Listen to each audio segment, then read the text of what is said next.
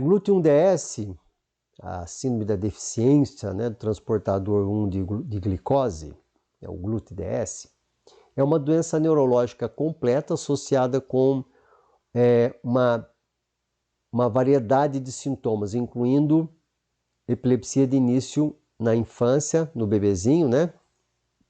Distúrbio de movimento e dificuldade intelectual. A epilepsia é o achado mais comum na glúten 1DS e é uma epilepsia resistente a drogas, ao menos a não ser que ela seja tratada com dieta cetogênica. A síndrome é associada com uma variante patogênica do gene SLC2A1, que faz a codificação do transportador tipo 1 da glicose. Esse tipo de doença, né, causa uma dificuldade no transporte de glicose através da barreira hematoencefálica. Esse é que é o problema dessa patologia. A epidemiologia estimada na incidência de glúten 1DS se apresentando como epilepsia nesses bebezinhos é de 1 para 24 mil nascimentos vivos. Entretanto, a síndrome como um todo pode ser mais comum, porque os indivíduos porque a doença pode se apresentar mais tarde na infância e com outros sintomas além das crises. Então ela pode ser mais comum do que se pensa. O contexto clínico, vamos lá. Crianças que se apresentam com vários tipos de crises diferentes, mas crises de início generalizado são mais comuns que focais. Então são aquelas crianças que têm todo tipo de crise, mas as generalizadas são mais comuns que as focais, os bebezinhos, né? Nós estamos vendo criança até 2 anos de idade. Em qualquer criança que se apresente com epilepsia e distúrbio de movimento, você tem que pensar aqui na glúten 1DS. Deve considerar, então, esse quadro. A história de crise associada com jejum ou que apareça de manhã também é outra dica. Outras dicas do diagnóstico incluem sacádicos oculares e de cabeça, consistindo de movimentos rápidos multidirecionais dos movimentos oculares, acompanhando por movimento da cabeça na mesma direção. Então, um sacádico assim de olho e de cabeça na mesma direção. Isso na infância bem precoce, né? E a presença de microcefalia também, que ocorre em até 50% das crianças, né? E além de uma desaceleração do crescimento da cabeça. Como é que é feito o diagnóstico? O diagnóstico é confirmado por uma punção lombar identificando uma glicose baixa no líquor cefalorraquiano, com lactato no líquor, que pode ser normal ou baixo, após 4 a 6 horas de jejum, no contexto de uma glicose sanguínea normal. Tá? Então você vai ter a glicose baixa no líquor, glicose sanguínea normal, e o lactato pode ser normal ou baixo, né? Isso após 4 a 6 horas de jejum, no contexto em que a glicose no sangue está normal. Na glúten 1DS, o líquor, a glicose no líquor, né, o quinto percentil, varia de 1,8 a 2,9 milimols por litro, e a glicose plasmática, a relação glicose no líquor, glicose plasmática, essa razão no quinto percentil de valor varia de 0,41 a 0,51. Na presença de um fenótipo típico, altamente típico, com uma variante de gene, né, SLC21A presente, uma punção lombar pode nem ser necessária, né? Se tiver com um fenótipo bem definido e com a variante patogênica ali junto, nem precisa fazer a punção.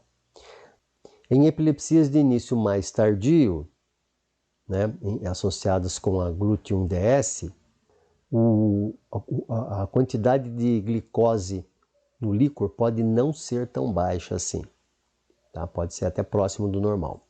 Curso da doença.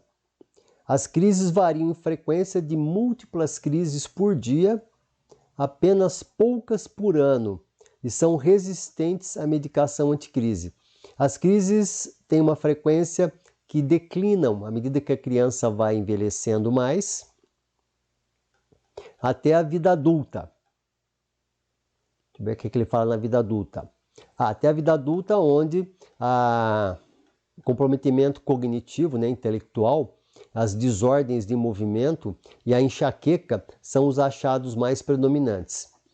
A dieta cetogênica pode adequar a dieta cetogênica com uma cetose adequada, pode controlar as crises completamente. Ainda assim, ainda que você faça a dieta cetogênica e que ela possa melhorar a evolução cognitiva, muitos pacientes ainda permanecem com graus variáveis de dificuldade intelectual. Então ela compromete bastante aqui a condição cognitiva do paciente. Como é que são as crises nesse padrão de epilepsia? Crises generalizadas são tipicamente mioclônicas, mioclônico-atônicas, generalizadas tônico-clônicas ou atípicas.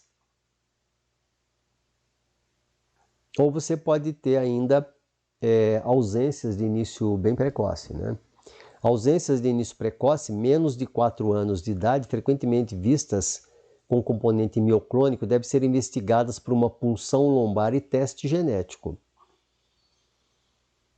Muito interessante, hein? É um dado importante aqui. Você tem crises precoces abaixo de 4 anos, com componente mioclônico, você deve investigar com uma punção e teste genético. Em adição, essa doença deve ser considerada em pessoas que têm epilepsia com crises mioclônico-atônicas ou ausência resistente a medicamento, particularmente quando você tem perda cognitiva também associada, espasmos epiléticos e crises generalizadas tônico-clônica, status epilético generalizado tônico-clônico, também são reportadas, também são descritas. Vamos ver o EEG então.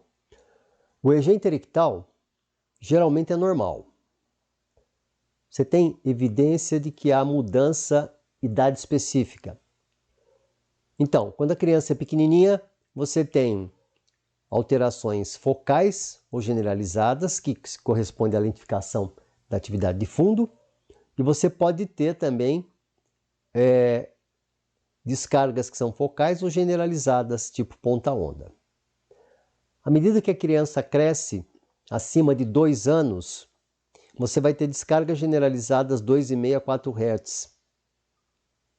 Em alguns casos, se você fizer um EEG pré-prandial, você vai ter anormalidades. E se você gravar o EEG durante a alimentação, você vê que à medida que a dieta cetogênica é ministrada, a criança vai se alimentando, à medida que a glicose vai passando a barreira hematocefálica, as alterações do eletro vão melhorando, os ritmos da atividade de fundo vão melhorando. Neuroimagem. Aproximadamente 25% dos pacientes têm neuroimagem anormal, incluindo hiperintensidade nas fibras em U subcorticais, espaços de Virchow proeminentes, ventrículos proeminentes e um atraso de mielinização também. Uma tomografia por emissão de pósitrons 18F-deoxiglicose pode mostrar também uma imagem, uma assinatura por imagem específica, incluindo uma redução do sinal do córtex cerebral, cerebelo, tálamo, com o aumento da glicose aparente, de glicose no estriatum. Investigação genética, Uma análise genética mostra a variante patogênica no gene SLC2-1A em 81 a 89% dos casos. Outros 11 a 14% dos casos vão ser estudados por pesquisa de microarray microsomal. Isso aí vai mostrar outras alterações também. Caso você tenha um fenótipo muito suspeito, mas uma punção lombar que não seja diagnóstica, e também o teste genético não sendo positivo, não sendo conclusivo, você pode fazer outras investigações, né? Como por exemplo aqui a captação, teste de captação de eritrócito e a medida do transportador de glicose tipo 1. A dosagem deve ser isso, né? A medida, né? Na superfície das células vermelhas, né? Podem ser feitos isso aí também. Isso é um teste mais sofisticado, né? Tabelinha, vamos ver a tabelinha aqui do diagnóstico da GLUT1-DS, a síndrome da deficiência do transportador GLUT1 aqui. Crise, o que é mandatório?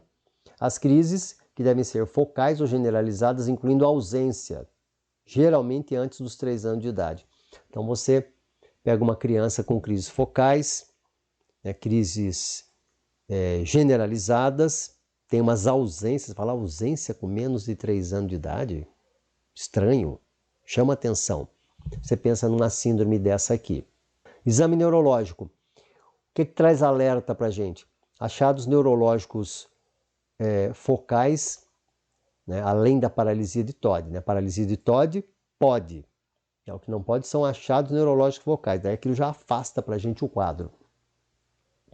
Outros testes, por exemplo, genético. Então você vai procurar a variante genética patológica do gene SLC21A, ou você vai investigar no líquor, se você tem ali no jejum de 4 a 6 horas uma quantidade de glicose baixa, né, e uma relação alterada da glicose plasma, né, do líquor plasma para a glicose. O que é que exclui? Outras etiologias para a hipoglicorraquia. Excludente, né? Curso da doença. Dificuldade intelectual, é uma evolução da doença. Alerta. Crises que são controladas com medicação, já afasta o diagnóstico. Falta de melhora da crise com dieta cetogênica, já afasta o diagnóstico.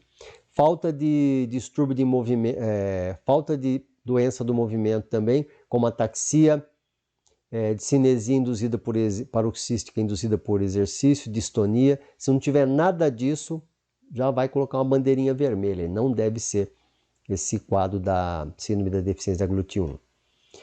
A ressonância e o eletro são necessários? A ressonância não é necessária, mas é fortemente recomendada, como nos outros casos, né? O EG equital não é necessário para o diagnóstico. Se você não tiver confirmação laboratorial, nos lugares em que a gente tem poucos recursos, a GLUT1-DS pode ser diagnosticada sem eletro, sem ressonância, sem estudo genético, em crianças sem alerta, que tem todos os critérios mandatórios e também afasta os excludentes, né? Afastados os excludentes, aí você pode fazer o diagnóstico. O líquor é necessário para o diagnóstico. Interessante, né? Ele fala, olha só, em locais onde você não tem recurso, não tem eletro, não tem ressonância, não tem estudo genético, se você tiver os critérios mandatórios, afastar os excludentes, você faz o diagnóstico. Entretanto, ele coloca aqui, ó, estudo no líquor são necessários para o diagnóstico. Então não tem jeito, aqui não tem, né? Você vai precisar fazer um estudo de líquor aqui para poder fechar esse diagnóstico. Encerramos aqui então a síndrome da deficiência da GLUT1 e o nosso próximo assunto agora é síndrome de Sturge-Weber. Até lá!